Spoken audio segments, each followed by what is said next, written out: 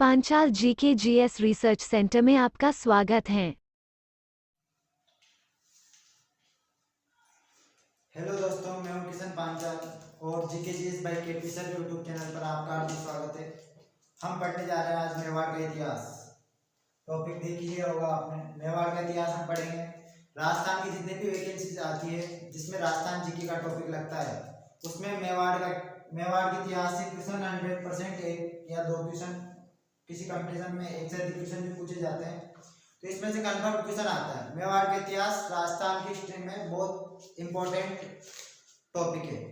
तो हम शुरू करेंगे मेवाड़ के इतिहास के बारे में। तो सबसे पहले हमें जानकारी होनी चाहिए कि मेवाड़ के क्षेत्र को कहा जाता था। मेवाड़ के क्षेत्र में कौन कौन से जिले लगते हैं। तो हम देखते हैं कि एक तो राजसमंद है, राजसमंद राजसमंद भीलवाड़ा,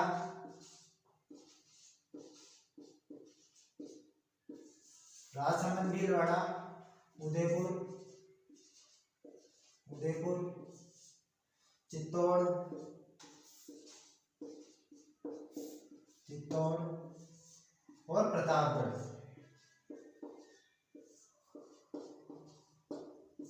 प्रतापगढ़ चित्तौड़ से अलग हुआ है। प्रतापगढ़ की कुछ तहसीलें वागड़ क्षेत्र में भी लगती है। कहाँ लगती है? वागड़ में। अब आप बोलो कि वागड़ क्या है सर? वागड़ डूंगरपुर बांसवाड़ा वाले क्षेत्र को कहा जाता है। किस क्षेत्र को कहा जाता है? डूंगरपुर, डूंगरपुर बांसवाड़ा। तो डूंगरपुर बांसवाड़ा वाले क्षेत्र को वागड़ कहा जाता है। प्रतापगढ़ भी पास में ही है, डूंगरपुर के पास में है प्रतापगढ़। इस क्षेत्र में वागड़ी भाषा बोली जाती है। कौन सी भाषा बोली जाती है? वागड़ में वागड़ी भाषा। वागड़ी भाषा कई बार पेपर में क्वेश्चन पूछ लेता है वह कि राजस्थान की किस भाषा पर गुजराती भाषा का प्रभाव पड़ता है। तो गुजरात बॉर्डर पे क्या है? वागड़ी है। डूंगरपुर बांसवाड़ा गुजरात बॉर्डर पे है तो वागड़ी।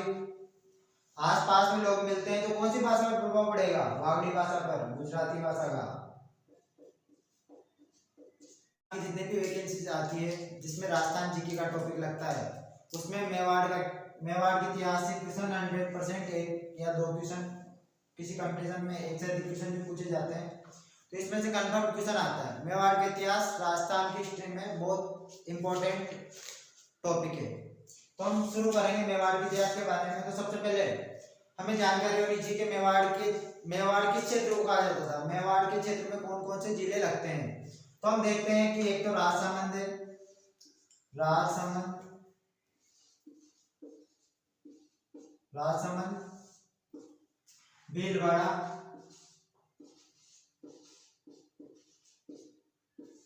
राजसमंद भीलवाड़ा, उदयपुर, उदयपुर, चित्तौड़, चित्तौड़ और प्रतापगढ़।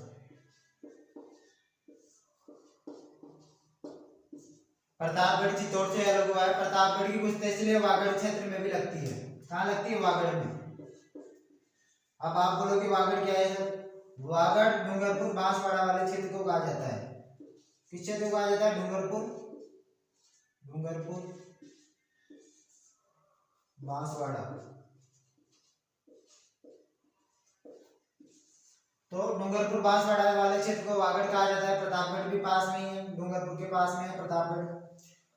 इस क्षेत्र में वागड़ी भाषा बोली जाती है। कौन सी भाषा बोली जाती है? वागड़ में वागड़ी भाषा। वागड़ी भाषा कई बार पेपर में क्वेश्चन पूछ लेता है वह कि राजस्थान की किस भाषा पर गुजराती भाषा का प्रभाव पड़ता है। तो गुजरात बॉर्डर पे क्या है? वागड़ी है। डूंगरपुर बांसवाड़ा गुजरात बॉर्डर पे है तो वागड़ी। आस पास में लोग मिलते हैं तो कौन सी भाषा पर प्रभाव पड़ेगा? वागड़ी भाषा पर, गुजराती भाषा का। तो हम इसको बाद में पढ़ेंगे जब वागड़ पढ़ेंगे, पूरा डिटेल से पढ़ेंगे हम। अभी अपन मेवाड़ पे फोकस करते हैं। भौगोलिक स्थिति होगी राजसमंद भीलवाड़ा उदयपुर चित्तौड़ प्रतापगढ़ वाला क्षेत्र मेवाड़ के क्षेत्र के अंतर्गत आता था।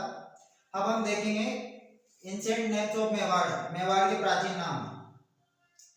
टॉपिक डाल लेते हैं मेवाड़ के प्राचीन नाम।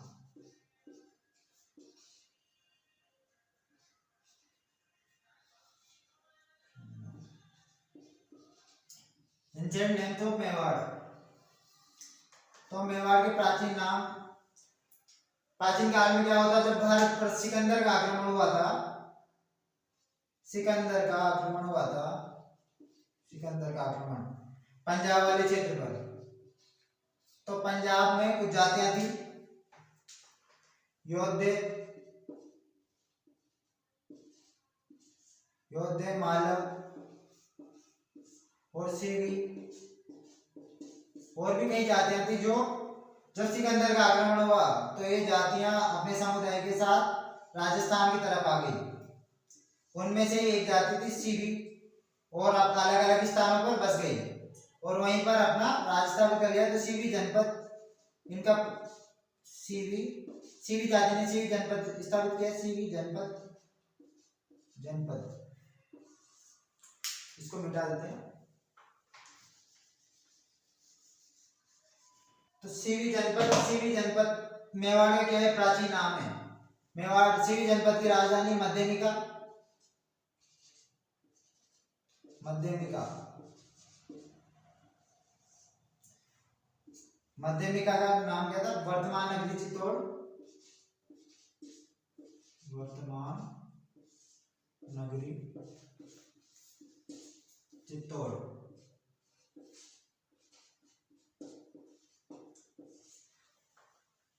ये तो हो गया एक नाम पहला। मेवाड़ का प्राचीन नाम क्या था, सीवी जनपद, इसकी राजधानी क्या थी, मध्यमिका, वर्तमान नगरी चित्तौड़ है। इसके बाद हम देखेंगे एक नाम और आता है मेवाड़ का प्राचीन नाम,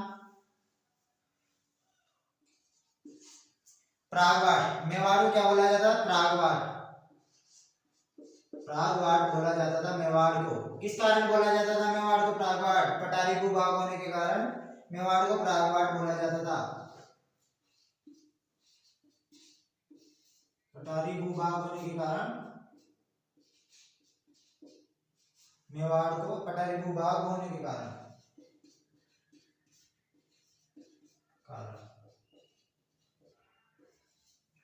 उसके बाद एक नाम और आता है मेरपाट या मेदपाट, मेर या मेदपाट, पाट। तो ये मेरपाट या मेदपाट नाम कैसे पड़ा इसका, तो हम देखते हैं कि इस क्षेत्र में मेद या मेर जाति या मेवल जाति निवास करती थी। इस क्षेत्र में मेद या मेवल जाति निवास करती थी, निवास करती थी। आगे हम देखते हैं मेवाड़ के प्राचीन नामों की, सीवी जनपद, प्रागवाट, मेरपाट, मेर या मेदपाट। ये ज्यादा इंपॉर्टेंट नहीं है, लेकिन ये नाम ध्यान रखना, कभी कभी एग्जाम में पूछ लेता है कि सीवी जनपद किसका प्राचीन नाम है, तो मेवाड़ का प्राचीन नाम ऑप्शन में दे देगा सीवी जनपद, बाकी अन्य और दे देगा वागड़ वागड़ वगैरह। तो अपने को ध्यान में रखना है कि एंशिएंट नेम्स ऑफ मेवाड़ क्या है, सीवी जनपद, मध्यमिका, प्रागवाट। मध्यमिका सीवी जनपद की राजधानी प्रागवाट है और मेदपाट या मेरपाट है। मेवाड़ वाला क्षेत्र भी इसे बोला जाता था। मेवात वाला क्षेत्र आता है अलवर भरतपुर वाला, तो इसमें कंफ्यूजन नहीं होना है। आगे हम देखेंगे कि मेवाड़ में कौन से वंश ने शासन किया है और वो कहां से आए थे। इससे पहले छोटी छोटी बातें ध्यान में रख लेते हैं हम। मेवाड़ के राज शासकों की कुलदेवी कौन सी है, शासकों की कुलदेवी, कुलदेवी बाण माता है। कौन सी है, बाण माता।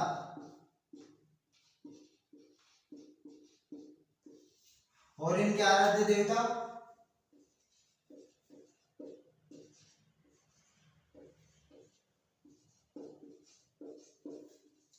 इनके आराध्य देवता एकलिंगनाथ जी।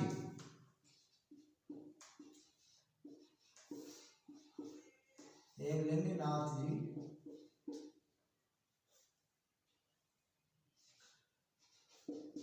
इनके आराध्य देवता एकलिंगनाथ जी। उसके बाद हम देखेंगे मेवाड़ के राज चिन्ह पर कुछ पंक्ति अंकित है। जो दृढ़ राखे धर्म को ताही राखी किरदार, जो धर्म के प्रति अडिग रहेगा, जो धर्म पर अडिग रहेगा, ईश्वर उसकी सहायता करेगा। एक और आता है अपने, ना हो तो मेवाड़ तो ना हो तो हिंदवाड़। ये मेवाड़ के शासकों के बारे में है। हम आगे देखते हैं।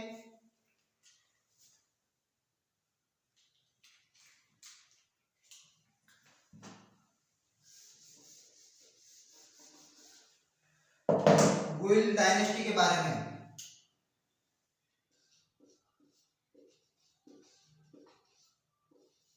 गुइल वंश, गुइल वंश या गुइल डायनेस्टी के बारे में बात करते हैं तो हम सबसे पहले बात करते हैं कि ये कौन थे, कहां से आए थे। हिस्ट्री में ये बात होती है, कौन थे, कहां से आए थे। तो इसके बारे में हम बात करते हैं कि जो कर्नल जेम्स टोड है, अपने टोड क्या कहते हैं इनके बारे में कि मेवाड़ वाले तो विदेशी थे। कहां से आए थे? विदेश से आए थे और यहाँ आकर बस गए और शासन करने लगे। विदेशी थे। कर्नल जेम्स टोड के थे, विदेशी थे। एक और इतिहास कहा जाता है अपने अकबर के नवरत्नों में से एक था अबुल फजल। अकबर के दरबार में रहता था। उसने भी अपनी पुस्तक में लिखा है अबुल फजल।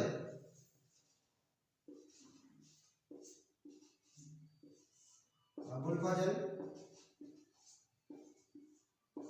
उसने बताया कि मेवाड़ के शासकों का संबंध ईरान से था। अबुल फजल ने क्या बताया कि इनका संबंध ईरान से था। अब ईरान से किससे था? ईरान का एक शासक था नौशेरवा का आदिल। नौशेरवा का आदिल।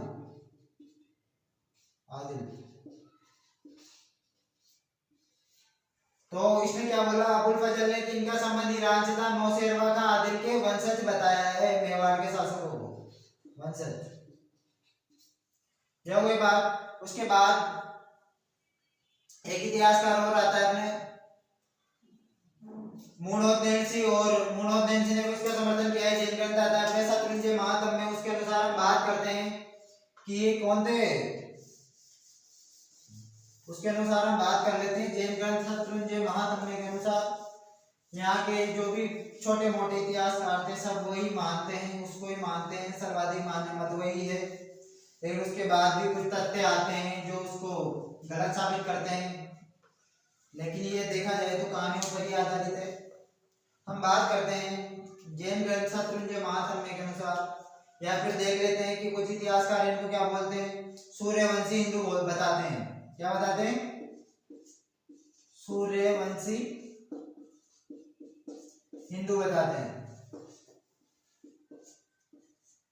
और वो कैसे बताते हैं सूर्यवंशी हिंदू? सूर्य का पुत्र था विश्वासन।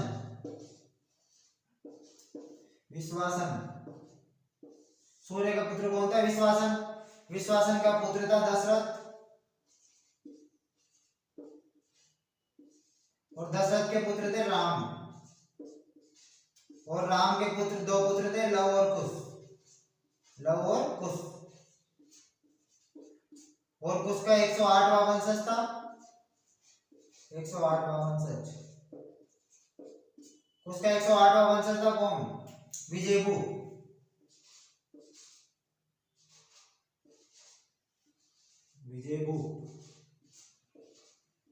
अब आपको सबको पता है कि यहां से लेकर के यहां तक तो राजधानी क्या थी इनकी? अयोध्या। अभी विजयभूप जो 108वां वंशज था ये चला गया कहाँ? गुजरात चला गया है। गुजरात के कौन से स्थान पर गया है? वल्लभी। गुजरात के वल्लभी नामक स्थान पर चला गया। कौन चला गया? विजयभूप। इसने राजधानी किसको बनाया? आनंद नगर या बड़नगर? आनंद नगर या बड़नगर? आनंद नगर या बड़नगर को राजधानी बनाया। किसने बनाया? विजयभूप ने। कौन था? विजयभूप। अब जो ये विजयभूप था इसका छठा वंशज था। हुआ वंशज, वंशज शिलादित्य, शिलादित्य। इसकी रानी थी पुष्पावती, पुष्पावती। इसकी रानी थी पुष्पावती। और ये कौन थी पुष्पावती? ये आबू के परमारों की पुत्री थी, आबू के परमारों, आबू के परमारों की पुत्री थी। अब हम बात करते हैं कि एक समय में ये पुष्पावती अपने पियर में आई हुई थी। आबू कहाँ पड़ता है? अपने माउंट आबू वाले क्षेत्र में। माउंट आबू है ना, आबू उदयपुर वाले क्षेत्र में पड़ता है, सिरोही वाले क्षेत्र में। तो ये पुष्पावती अपने पियर में आई हुई थी, मायके आई हुई थी। तो उस समय क्या हुआ कि वल्लभी पे शिलादित्य पर अरब आक्रमण हुआ, मुस्लिम आक्रमण हुआ। तो उसमें इसका ये पराजित हो गया और वीरगति को पराजित हो गया और वीरगति को प्राप्त हो गया। कौन? शिलादित्य वीरगति को प्राप्त हो गया। और इसकी जो अन्य रानियां थी इसके साथ सती हो गई, अन्य रानियां सती हो गई। इसकी जो अन्य रानियां थी वो क्या हो गई? सती हो गई इसके साथ ही। और जब ये इसको तो अभी खोज खबर ही नहीं है। जब ये पुष्पावती वापस वल्लभी जा रही थी, कहाँ जा रही थी? वल्लभी जा रही थी जब ये पुष्पावती वापस, तो उस टाइम इसको रास्ते में कौन मिला है? विजयादित्य नाम का ब्राह्मण मिला। विजयादित्य नामक ब्राह्मण ने इसको वहां की जो भी घटना हुई थी उसकी जानकारी दी और बोला कि आपका वहां जाना ठीक नहीं है। तो पुष्पावती पतिव्रता नारी थी, उसने बोला कि जब अन्य रानियां सब सती हो गई है, मेरा पति नहीं है, तो मैं जिंदा रहकर क्या करूंगी। लेकिन उस टाइम पे पुष्पावती क्या थी? प्रेग्नेंट थी। तो ब्राह्मण ने कहा, पुष्पावती ने सती होना चाहा, लेकिन क्या ब्राह्मण ने इसको मना कर दिया और बोला कि आप प्रेग्नेंट है, आप सती नहीं हो सकती। तो उसके बाद पुष्पावती ने विजयादित्य की यहाँ शरण ली और अपने पुत्र को जन्म दिया। पुत्र को जन्म दे करके ये विधिवत तरीके से सती हो गई। जब ये सती हो गई और इसकी जानकारी जो यहाँ के मुस्लिम राजाओं को मिली, आक्रमणकारियों को मिली, इनको तीनों ने, इसका पुत्र कौन हुआ? गुइल हुआ, पुष्पावती का पुत्र गुइल। पुष्पावती का पुत्र हुआ गुइल। तो इसकी जानकारी जब आक्रमणकारियों को मिली तो इन्होंने इसको मारना चाहा, क्योंकि ये इसका वंशज था, किसका? और आगे जाकर ये बदला ले सकता था इससे, शिलादित्य का वंशज था, आगे जाकर बदला ले सकता था इनसे। तो इन्होंने इसको मारना चाहा। तो विजयादित्य नामक ब्राह्मण ने इसको कार पे छिपा कर रखा, गुफा में। कहाँ छिपा कर रखा? गुफा में। इसको गुफा में छिपा कर रखा, इसलिए इसका नाम क्या पड़ा? गुआदित्य। और गुआ गुआ बोलते बोलते इसका नाम हो गया गुइल। यदि गुइल वंश का प्रथम शासक गुइल बनता है तो इससे एक कौन थे? एक किसका? सूर्यवंशी हिंदू। तो सूर्य का पुत्र था विश्वासन का पुत्र था दशरथ का राम के लव और कुश। 108वां वंशज विजयभूप, और विजयभूप का पुत्र शिलादित्य का पुत्र गुइल। तो ये भी सूर्यवंशी हुआ, सूर्यवंश का ये। तो ये हो गया अपना सूर्यवंश से संबंध। हम आगे बात करते हैं कि 566 ईस्वी में गुइल कहाँ का राजा बनता है? मेवाड़ का। गुइल वंश की स्थापना करता है गुइल 566 ईस्वी में।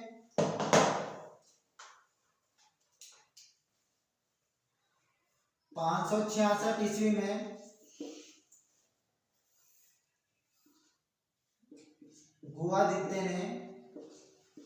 गुआदित्य ने गुइल वंश की स्थापना की,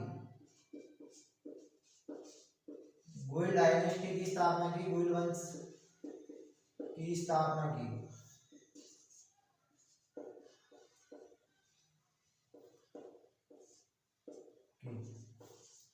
अब ये हमें जानकारी कहाँ से मिलती है? 566 ईस्वी में गुआदित्य ने अगुइल ने 566 ईस्वी में गुइल वंश की स्थापना कर दी। तो इसके बाद हमारे एक इतिहासकार आते हैं डॉक्टर गौरीशंकर हीरानंद ओझा। डॉक्टर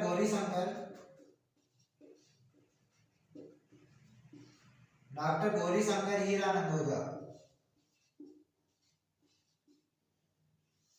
ओझा जी अच्छे इतिहासकार हुए हैं, बढ़िया स्टोरी करते हैं। इन्होंने बहुत मेहनत की है राजस्थान के इतिहास को समेटने में या एकत्रित करने में। इन्होंने तथ्यों पर बात की है। इनको एक उदयपुर के पास एक अभिलेख मिला, सामोली का अभिलेख, सामोली का अभिलेख।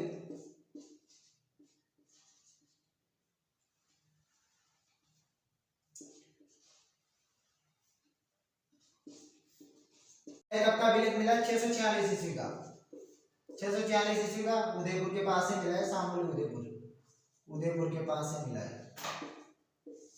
कहां से मिला है? उदयपुर के पास से। अब अभिलेख पर लिखा हुआ है कि ये कोई शिलादित्य नाम के राजा का है। जब अभिलेख को पढ़ा गया तो पता लगा कि ये कोई शिलादित्य नाम के राजा का अभिलेख है। किसका अभिलेख है? शिलादित्य नाम के राजा का अभिलेख है। अब इसको और पढ़ा गया तो इसमें जानकारी मिली कि ये जो शिलादित्य है ये गुइल का पांचवी पीढ़ी है, गुइल का पांचवा वंशज है, गुइल का पांचवा वंशज है। अब अपने को तो लिखित प्रमाण मिल गया। तो जो पहले वाली थ्योरी थी अभी हमने बताई थी सूर्यवंशी है जो भी है, तो वो थोड़ी गलत साबित होती है, कहानी टाइप में लगती है अपने को। लेकिन ये तथ्य है, ये प्रमाण है। 646 ईस्वी में पत्थर के टुकड़े पर लिखा हुआ है, अभिलेख लिखा हुआ है। तो इसमें हम बात करते हैं कि 646 ईस्वी में जब शिलादित्य नाम का राजा था तो ये पांचवा वंशज है इसका, शिलादित्य का। तो हम बात करते हैं कि 566 ईस्वी कहां से पता लगाया? 566 ईस्वी कहीं लिखा हुआ है क्या? कहीं भी नहीं लिखा हुआ है। राजस्थान के इतिहास में 566 ईस्वी का कोई जिक्र ही नहीं है। लेकिन हम बात करते हैं कि 566 ईस्वी का अनुमान कैसे लगाया गया कि जो शिलादित्य है, ये शिलादित्य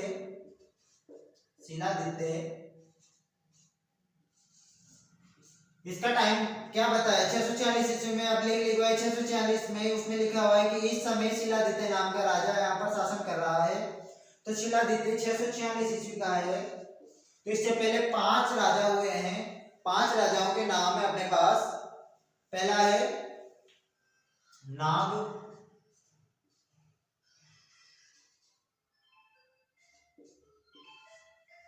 एक राजा है नाग,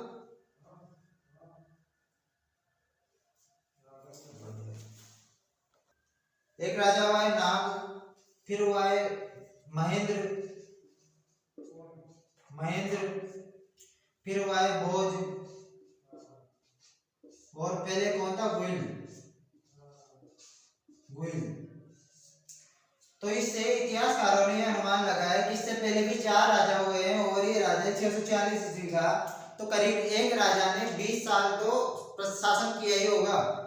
20 साल तक नॉर्मल एवरेज लगा लिया कि 20 साल इसने शासन किया है, तो इसने 20 साल इसका काटे तो हम देख लेंगे कि 20 साल तक इसने किया है, 626 ईस्वी में रहा होगा।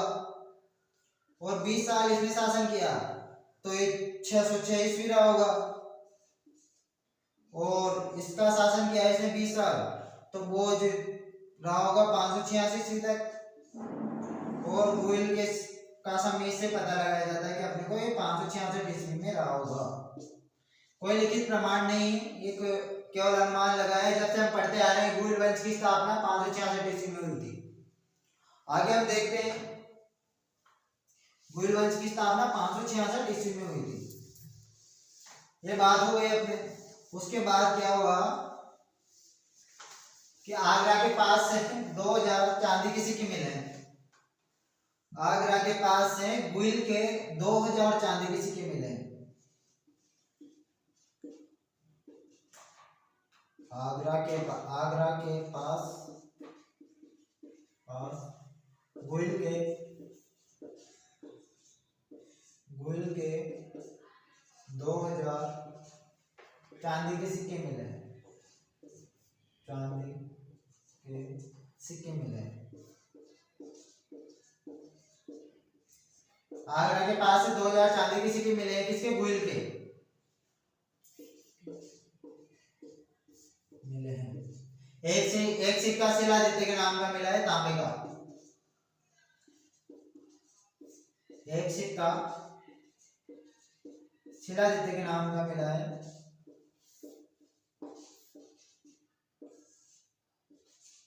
मिला है तांबे का। तो इससे ये जानकारी मिलती है हमें कि गुइल के जब आगरा में 2000 चांदी के सिक्के मिल रहे हैं तो गुइल उस समय का कोई बड़ा राजा होगा, उसका क्षेत्र बहुत बड़ा होगा, केवल मेवाड़ तक ही सीमित नहीं होगा। भारत में बड़ा राजा रहा होगा उस समय 566 ईस्वी के समय, जब भी तो सिक्के मिले वहां पर 2000 ने। तो आगरा में 2000 चांदी के सिक्के क्या लेने जाएंगे वहां पर। आगे हम बात करते हैं मूणोत, नेल्सी, कर्नल जेम्स टोड, इन्होंने इनकी क्या 24 शाखाएं मानी है।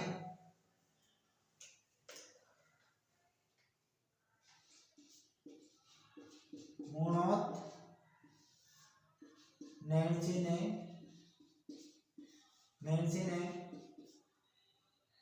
गुइल वंश की 24 शाखाएं मानी है। गुइल वंश की 24 शाखाएं मानी है, 24 शाखाएं मानी है।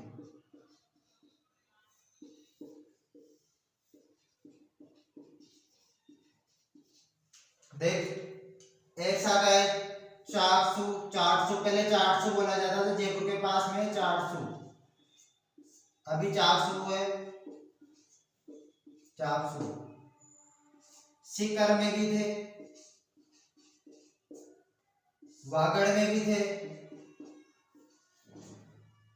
नेपाल में भी इनकी शाखा थी। उसके बाद हम देखते हैं नेपाल में इनकी शाखा थी। उसके बाद महाराष्ट्र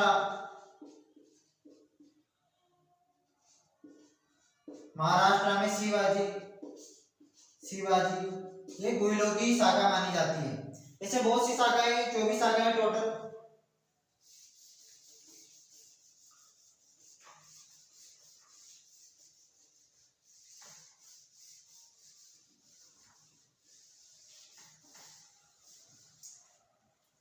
दो चार फैक्ट है छोटे छोटे, वो भी लिख लेते हैं। आज अपना बेस कंप्लीट हो जाएगा तो कल से हम मेवाड़ के हिस्ट्री के शासकों के बारे में पढ़ना स्टार्ट करेंगे। छोटी छोटी बातें कि मेवाड़ के राजचिन्ह पर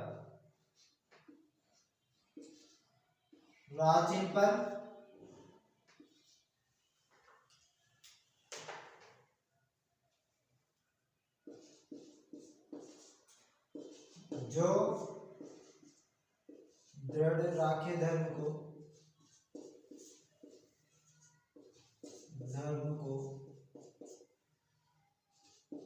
ताही राखे करता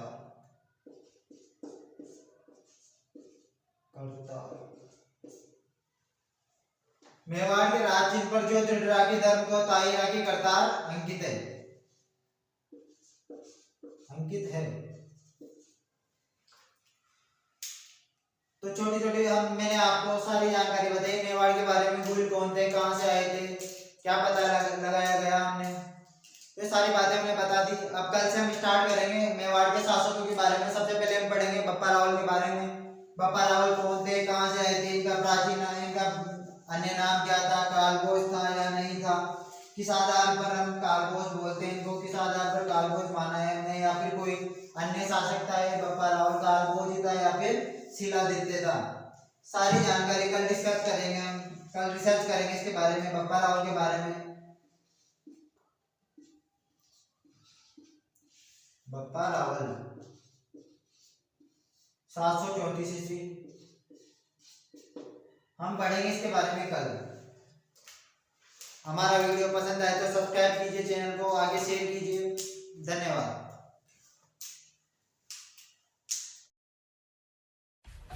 सब्सक्राइब कीजिए हमारे चैनल को और बेल आइकॉन को दबाइए हमारी लेटेस्ट वीडियो सबसे पहले देखने के लिए।